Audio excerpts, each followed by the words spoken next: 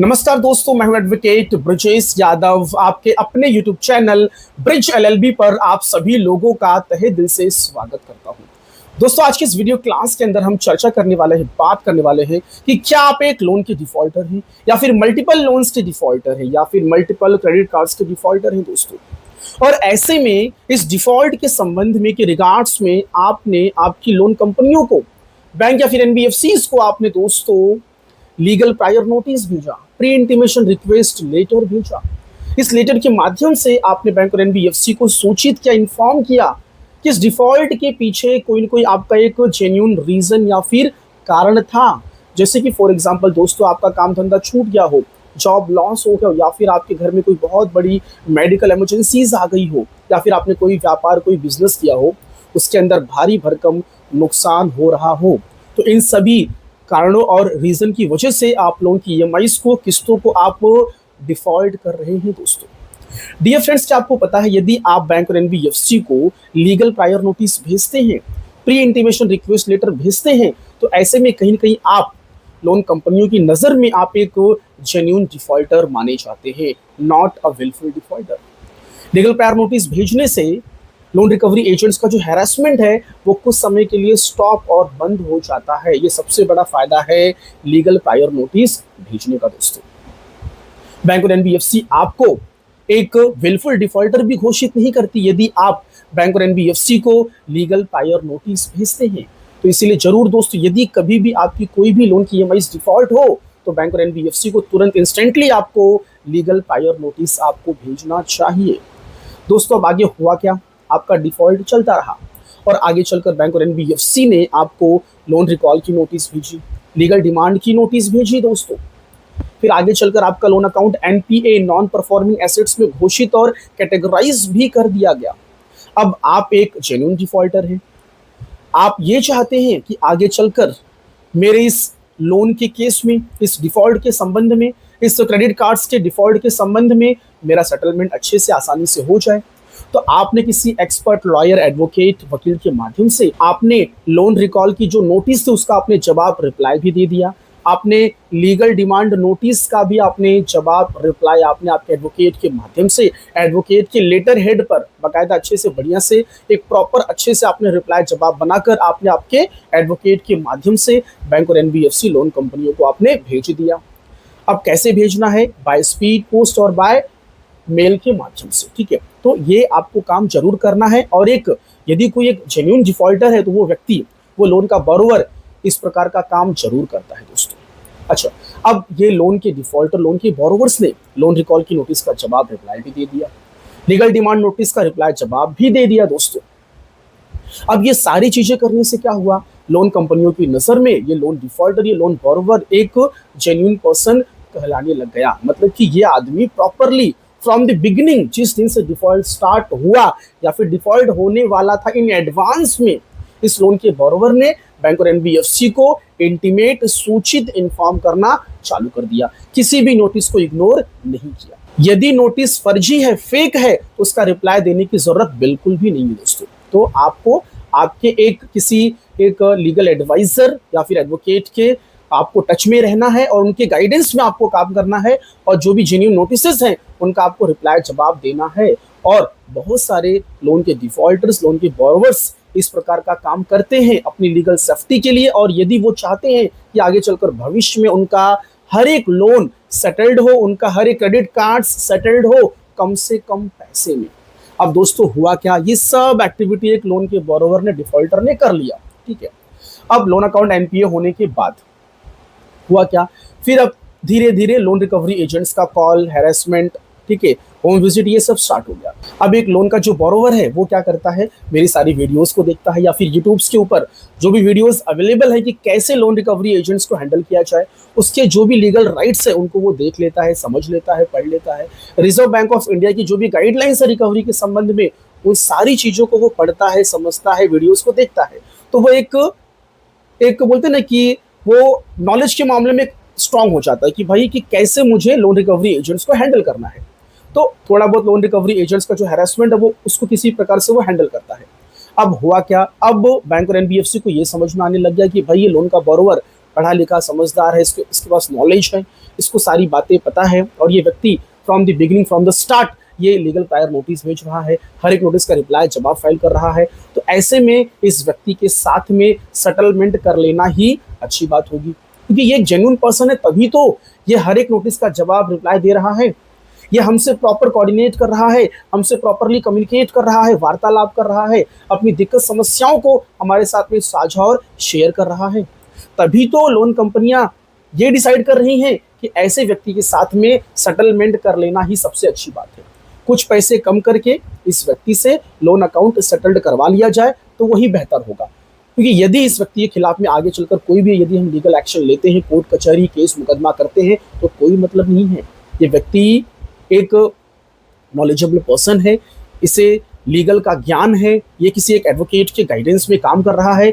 यदि ये जेन्युइन होगा तो इसके पास पैसे तो भाई होंगे नहीं, और ये आगे चलकर वो केस मुकदमे के लिए एक एडवोकेट खड़ा कर देगा और वहां भी ये क्या करेगा, उसको हैंडल करेगा। यदि इसके पास एडवोकेट को पैसे देने के लिए, यदि पैसे नहीं होंगे एडवोकेट को देने के लिए, तो ये खुद भी वहां पे अपीयर हो सकता है। तो ऐसे में केस मुकदमा लड़कर कोई मतलब नहीं है, तो भाई यहाँ पे सेटलमेंट कर लेना ही अच्छी बात होगी। अब हो क्या रहा है दोस्तों, आपको बैंक और एनबीएफसी लोन कंपनियों के माध्यम से आपको लोन सेटलमेंट का आपको ऑफर आना स्टार्ट हो गया कि भाई लोन सेटल्ड करवा लीजिए। लोन रिकवरी एजेंट्स कॉल करके बोलते हैं भाई कि सेटलमेंट करवा लीजिए, हम आपको इतना ऑफर दे रहे हैं, 20%, 30%, 50%, 40%। बैंक और एनबीएफसी के जो भी स्टाफ है, एम्प्लॉइज हैं, उनके जो कलेक्शन टीम वाले हैं, वो आपको कॉल कर रहे हैं, आपको बोल रहे हैं कि 50% पे हम सेटलमेंट करने के लिए रेडी हैं, 20%, 30%, 40% सेटलमेंट का लेटर हम आपको भेज रहे हैं। लेकिन दोस्तों हो क्या रहा है, हमारे जो लोन के बोरोवर्स हैं, जो लोन के डिफॉल्टर्स हैं, वो मल्टीपल लोन्स के डिफॉल्टर हैं, मल्टीपल पर्सनल लोन्स के डिफॉल्टर हैं, मल्टीपल क्रेडिट कार्ड्स के डिफॉल्टर हैं। उनकी स्थिति परिस्थिति खराब है, पैसे कहीं से कुछ भी नहीं आ रहे हैं, उनको यही नहीं समझ में आ रहा है कि मैं सेटलमेंट का तो ऑफर आ रहा है, यदि मैं इस सेटलमेंट के ऑफर को एक्सेप्ट कर भी लूँ तो मैं पैसे कहाँ से दूंगा, क्योंकि ये एक जेन्युइन डिफॉल्टर्स हैं, इनकी आर्थिक स्थिति खराब चल रही है, फाइनेंशियल क्राइसिस से ये गुजर रहे हैं, पैसे इनके पास नहीं है, तो करूँ क्या। सेटलमेंट के ऑफर्स तो आ रहे हैं, यदि मैं एक्सेप्ट कर भी लेता हूं तो पैसे नहीं दे पाऊंगा मैं, और मुझे और समय चाहिए, मुझे और समय चाहिए। अभी फिलहाल मेरी स्थिति खराब है, फाइनेंशियल पोजीशन मेरी अभी फिलहाल बहुत वीक है, बहुत खराब है। तो अब ऐसे में सेटलमेंट का लेटर तो आ गया, सेटलमेंट का ऑफर तो आ गया, बट मेरे पास सेटलमेंट का अमाउंट देने तक के पैसे नहीं है।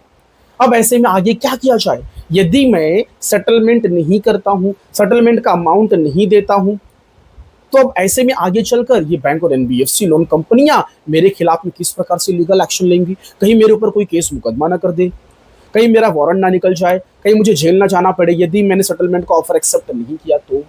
अब आगे क्या हो सकता है, यदि मैं सेटलमेंट ना करूं और मेरे पास सेटलमेंट तक के पैसे नहीं हैं और मुझे और समय चाहिए, मुझे और समय चाहिए अपनी फाइनेंशियल स्थिति को सुधारने के लिए और फाइनेंशियल स्ट्रांग होने के लिए मुझे और थोड़ा समय चाहिए, लेकिन मैं ये चाहता हूं कि मेरे खिलाफ में केस मुकदमा ना हो, मेरे खिलाफ में वारंट इशू ना हो, मेरे खिलाफ में समन्स ना आए, मुझे 1500 किलोमीटर दूर, 2000 किलोमीटर दूर दूसरे स्टेट में जाकर मुझे ये केस वगैरह लड़ना ना पड़े।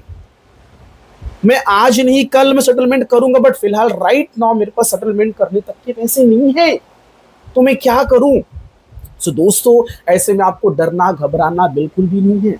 यदि आपके पास सेटलमेंट करने तक के पैसे नहीं है तो कोई दिक्कत समस्या नहीं दोस्तों। यदि आज आप सेटलमेंट को ठुकरा रहे हैं, ऑफर को एक्सेप्ट नहीं कर रहे हैं, तो डोंट वरी, सेटलमेंट का ऑफर प्रस्ताव दोबारा वापस से आपको भविष्य में मिलेगा, ये मेरी गारंटी है दोस्तों। दूसरी चीज, यदि आपके खिलाफ में, आपके अगेंस्ट में यदि कोर्ट केस हो जाता है, कंप्लेंट फाइल हो जाती है दोस्तों, तो डरना घबराना बिल्कुल भी नहीं है। सेटलमेंट दोस्तों, लिटिगेशन केस मुकदमे के दौरान भी सेटलमेंट होता है। बैंक और एनबीएफसी उस समय उस वक्त भी सेटलमेंट का ऑफर और प्रस्ताव देती है। बस मेरा आपको यही कहना है कि यदि आपको सेक्शन 25 की कोई लीगल नोटिस आए, सेक्शन 138 की लीगल नोटिस आए, BNS 318, 316 cheating fraud criminal breach of trust की कोई लीगल नोटिस आए, तो हर एक लीगल नोटिस का जवाब रिप्लाई देते चलिए आपके एडवोकेट, आपके अधिवक्ता के माध्यम से। दूसरी चीज, यदि आपके खिलाफ में कोई आर्बिट्रेशन की प्रक्रिया चलाई जा रही है, तो जैसे ही आपको आर्बिट्रेशन की कोई भी नोटिस आए, तुरंत इमीडिएटली आपको उसमें रिप्लाई जवाब, दोस्तों आपको उसका विरोध, आपकी आपत्ति आपको दर्ज करवानी है, आपको लीगल ऑब्जेक्शन आपको तुरंत इमीडिएटली आपको फाइल करना है दोस्तों।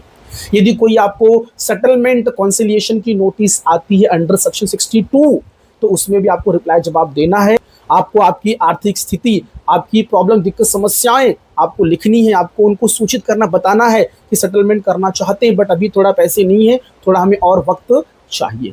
तो कोई भी आपको लीगल नोटिस आए बैंक और एनबीएफसी के द्वारा, उनके एडवोकेट, उनके लीगल पैनल के माध्यम से, तो किसी भी नोटिस का आप प्लीज आप उसको इग्नोर बिल्कुल भी ना करें, उसको बिल्कुल भी आप हल्के में ना ले। हर एक नोटिस का रिप्लाई जवाब करते चलिए। उस नोटिस का जो भी आप रिप्लाई जवाब फाइल करते हैं उसकी कॉपी संभाल कर रखिए।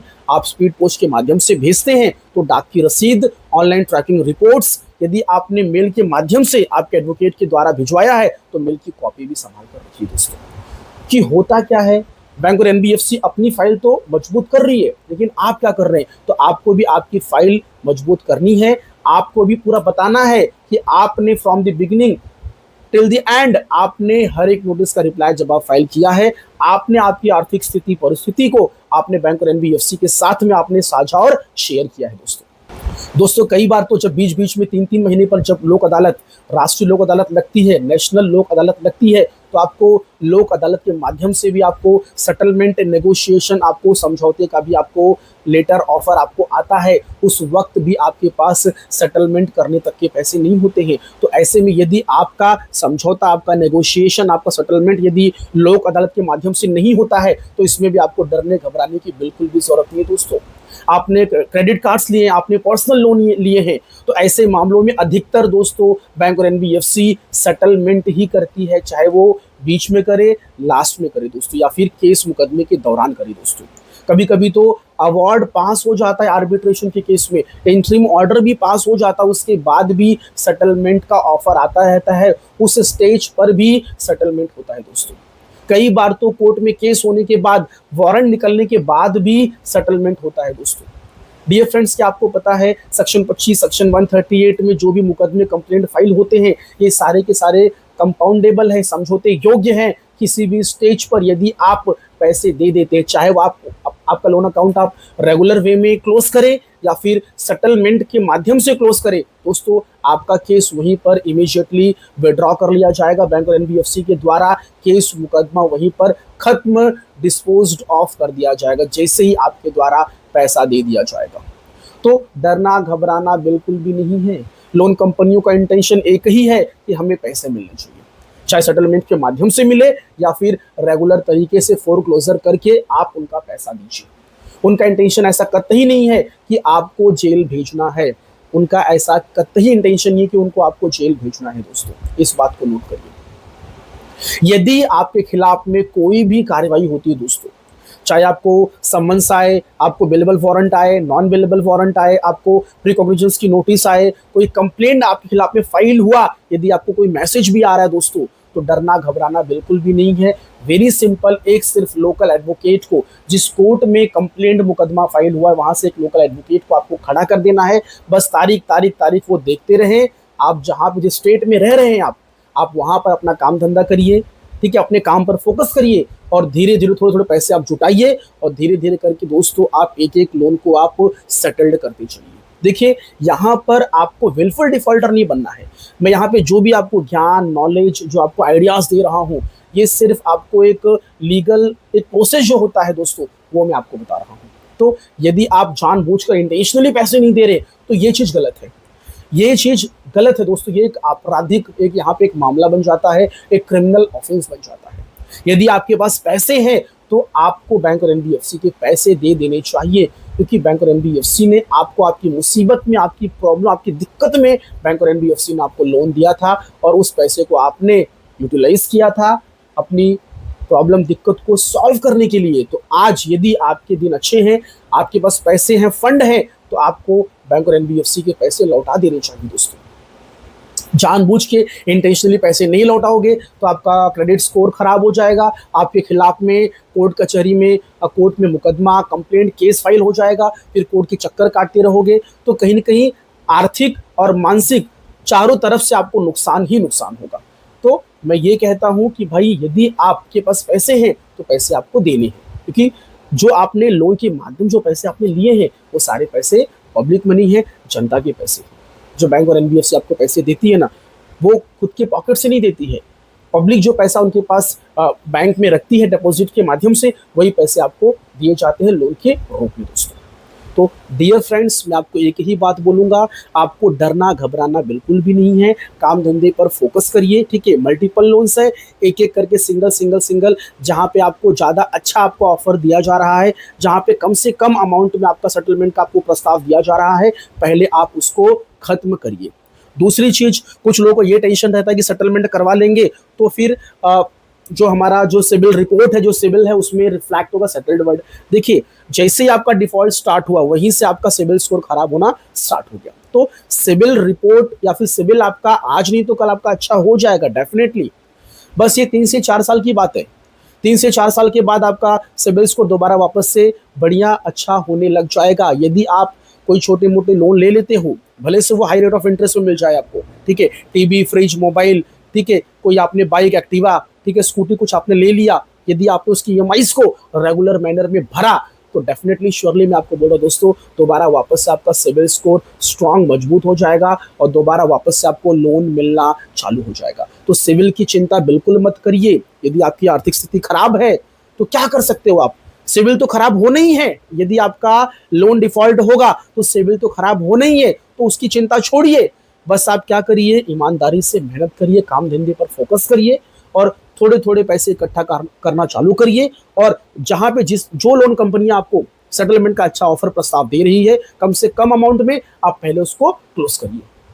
तो आपका प्रॉपर डेप्ट मैनेजमेंट बनाइए, आपके सारे जितने भी आपके क्रेडिट कार्ड्स हैं, जो भी आपके लोन्स हैं, सबकी लिस्ट बनाइए। उसमें देखिए कि भाई कौन सा ज़्यादा इंपॉर्टेंट है, जहाँ पे कहाँ पे रेट ऑफ इंटरेस्ट ज़्यादा है, कौन सबसे ज़्यादा आपको अमाउंट कम करके दे रहा है, कौन सबसे ज़्यादा आपको वेव ऑफ कर रहा है, आपको डिस्काउंट दे रहा है, आप पहले उसको क्लोज करिए दोस्तों। तो धीरे धीरे धीरे धीरे आप इस कर्ज के जाल से, इस कर्ज के दलदल से आप रिमूव हो जाएंगे, आप बाहर निकल जाएंगे, आप इससे कर्ज मुक्त और फ्री हो जाएंगे दोस्तों। बस थोड़ा सा आपको दिमाग लगाने की ज़रूरत है और पेशेंस और अपने आप को थोड़ा सा आपको शांत रखने की ज़रूरत है। इसमें परेशान होने से, चिंता, टेंशन लेने से कुछ भी इसका हल नहीं निकलने वाला है दोस्तों, क्योंकि आप ऐसे अकेले नहीं हैं। ऐसे लाखों लोग पड़े हैं जिनके ऊपर इस प्रकार के मल्टीपल कर्ज हैं, मल्टीपल लोन्स हैं, जो कि इस लाइबिलिटी, इस कर्ज में दलदल में फंसे हुए दोस्तों।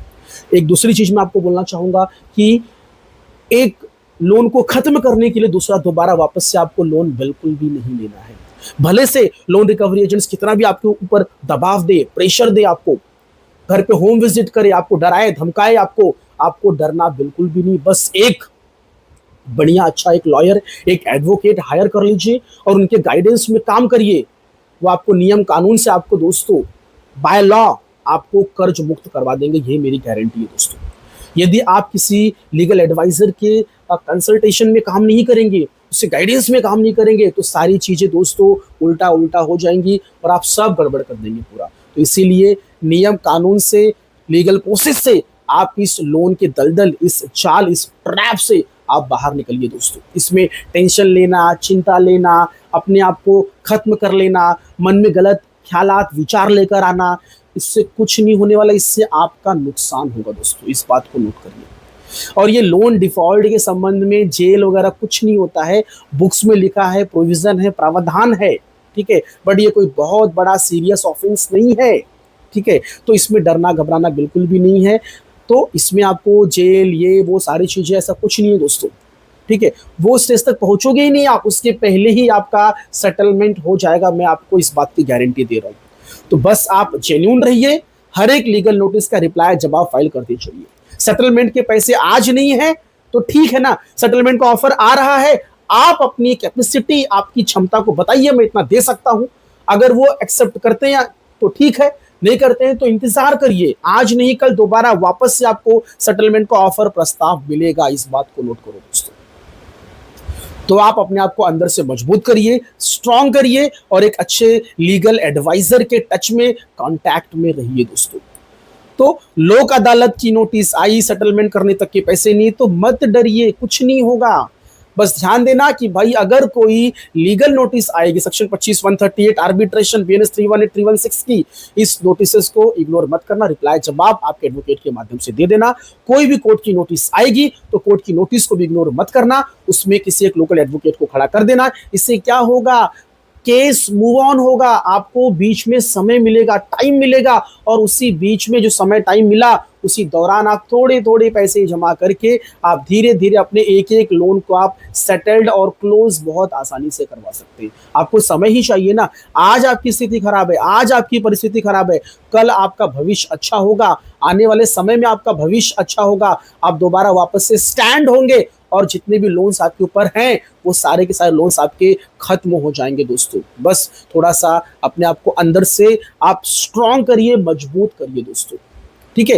तो डरना घबराना बिल्कुल भी नहीं है। लोन रिकवरी एजेंट्स परेशान करें, आप मुझे याद करिए। यदि कोई कोर्ट में केस मुकदमा हो गया है तो मुझे याद करिए। मैं गारंटी देता हूं दोस्तों, आपको कोई भी तकलीफ नहीं आएगी। आपके अंदर जो डर बैठा है ना, उस डर को मैं खत्म कर दूंगा, ये मेरी गारंटी है दोस्तों। सो डियर फ्रेंड्स, मेरा ये क्लास यहीं पे समाप्त हुआ। आप लोगों ने इतना समय दिया, आप लोगों का बहुत बहुत धन्यवाद दोस्तों। यदि आपको मेरी कोई भी मदद चाहिए तो आप मुझे मेरे लीगल हेल्पलाइन नंबर पर मुझे आप कॉल कर सकते हैं, आप मुझे व्हाट्सअप कर सकते हैं। और यदि आपको किसी भी प्रकार की कोई भी नोटिस आती है तो उस नोटिस को मेरे व्हाट्सएप पर आप मुझे शेयर करिए। यदि वो फेक होगा तो मैं कह दूंगा, रिप्लाई जवाब देने की जरूरत नहीं है। यदि वो जेन्युइन होगा, सीरियस होगा, तो मैं कह दूंगा रिप्लाई जवाब इमीडिएटली इंस्टेंटली तुरंत देने की जरूरत है। तो आप दोस्तों डरो मत, घबराओ मत, परेशान मत हो, ठीक है। बस एक किसी अच्छे लीगल एडवाइजर के टच में रहिए दोस्तों। थैंक यू सो मच, धन्यवाद, जय हिंद, जय भारत।